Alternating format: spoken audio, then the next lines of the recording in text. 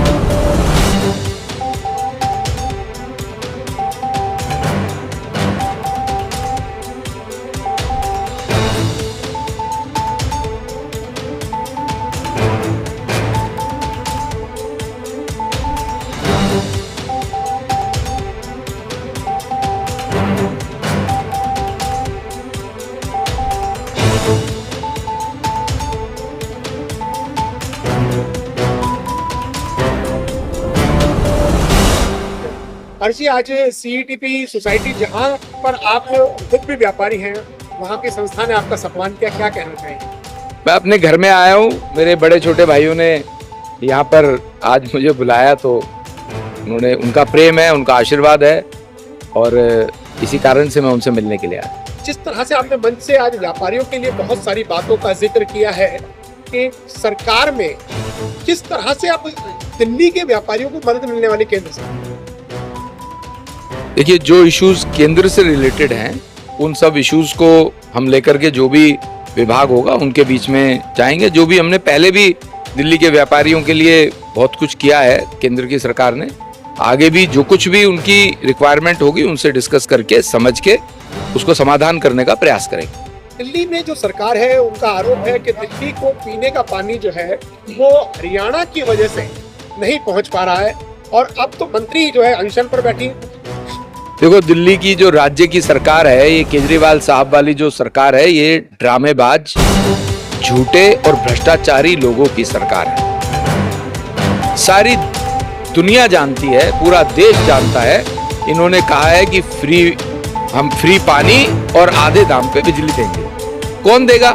वही तो देगा ना जिसके हाथ में होगा, जिस सरकार का काम होगा पानी देने का काम। अगर ये पानी भी नहीं दे सकते तो ये सरकार क्या चला रहे हैं? जल बोर्ड इनके अधीन है, जल बोर्ड के CA इनके लोग हैं, जल मंत्री आतिशी हैं, इनसे काम संभलता नहीं है, इनको काम करना आता नहीं है। इन्होंने कोई एक्शन प्लान तैयार किया क्या? अभी 18 जून की मीटिंग में आतिशी ने, ऑन रिकॉर्ड है ये बात जो मैं कहने जा रहा हूँ, ये कहा है कि दिल्ली में जितना पानी पीने को चाहिए उतना पानी दिल्ली में उपलब्ध है। ये जो पीने का पानी दिल्ली के लोगों को नहीं मिल रहा, दिल्ली की जनता जो प्यासी है, उसका एक बड़ा कारण इन लोगों का नॉन प्लानिंग है। इनको काम करना नहीं आता। आज अगर मकान बनाना है तो उसकी नींव खोदनी पड़ती है। अगर कोई दिल्ली के अंदर पानी की समस्या आती है तो आपको पता है ना, तो आप उसको पहली जून को देखना शुरू करेंगे क्या? वो 1 दिसंबर को देखने वाली होती है। उसके लिए एक्शन प्लान बनाना है। उसके लिए क्या आप 1 दिसंबर में जाकर के हरियाणा के मुख्यमंत्री से मिले कि आप हमें A पानी देते हो? वो हमें A नहीं चाहिए, A+2+3+4 चाहिए। आपने डिमांड करी क्या? इन लोगों ने कुछ नहीं किया। और जितना पानी लीगली दिल्ली को, हरियाणा को देना चाहिए, उससे फालतू पानी हरियाणा देता है, उत्तर प्रदेश देता है। इन लोगों के पास जो भ्रष्टाचार इनके लोगों ने किया है, आम आदमी पार्टी के अंदर जो नेता हैं उनके भ्रष्टाचार के कारण दिल्ली की जनता प्यासी है। टैंकर माफिया के साथ इनका नेक्सस, आम आदमी पार्टी के नेताओं का नेक्सस होने के कारण दिल्ली की जनता प्यासी है। जो बड़ी बड़ी पाइपें आप देखते हैं पानी के जल संयंत्र से निकलती हैं, उसके अंदर जो लीकेज है वो डेलिब्रेट लीकेज है, षड्यंत्र करके लीकेज है। वो आम आदमी पार्टी के नेताओं का नेक्सस है। उस लीकेज से पानी टैंकरों में भरा जाता है मुफ्त में, और दिल्ली की जनता को हजारों लाखों रुपए में वो टैंकर बिकता है जाकर के। तो ये इनके भ्रष्टाचार, नॉन प्लानिंग, नॉन एग्जीक्यूशन के कारण है। अब ये अनशन पे बैठी हैं। मैं चाहता हूं, आपके माध्यम से उनको ये निवेदन करना चाहता हूं, फालतू का ड्रामा बंद कर दे। आप भ्रष्टाचारी आपके नेता हैं, ये दिल्ली की जनता को अच्छे से समझ चुकी है। और उन्होंने इस बार के चुनाव में भी अच्छी तरह से उन्हें बताया है।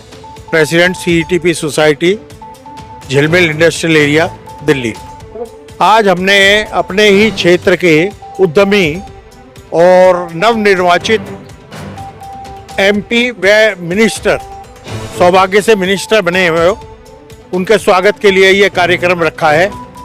और उसी उपलक्ष्य में ये सब हमारे जितने भी मेंबर्स हैं वो सब बड़े उत्साहित थे और उनका सबका कहना था कि भाई हमारे क्षेत्र के एमपी बने हैं और मिनिस्टर भी बने, तो उनको बुलाकर उनका स्वागत किया जाए, तो इसलिए ये समारोह रखा गया है।